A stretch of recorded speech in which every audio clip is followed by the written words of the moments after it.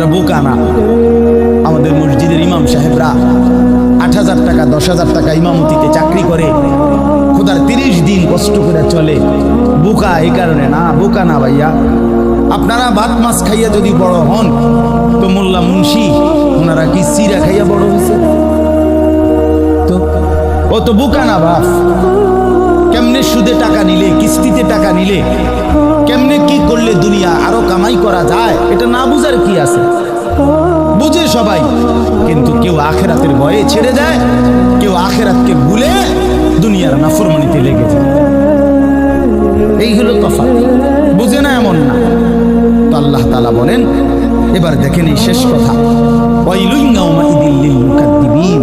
আল্লাহ তাআলা বলেন, সমস্ত মিথ্যাবাদী, নাফরমান, পাপী, তাদের জন্য কিয়ামতের দিন অনেক বেশি দুর্ভোগ, লাঞ্ছনা, আযাব।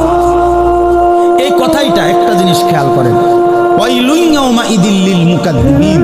আল্লাহ তাআলা বলেন, মিথ্যাবাদীরা, ও আমার নাফরমান বান্দারা, ইয়াউমাইদিন, সেদিন কিয়ামতে তোমাদের জন্য খুব বেশি লাঞ্ছনা, আযাব অপেক্ষা করছে। এই কথাইটা এই সূরাটার মধ্যে মোট 50টা আয়াত। এই 50 আয়াতের মধ্যে 10টা আয়াত এই কথাইটা বারবার বলছে। এক কথা 10 বার বলছে এই আয়াতে, ওয়াইলুন ইয়াউমাইদিন।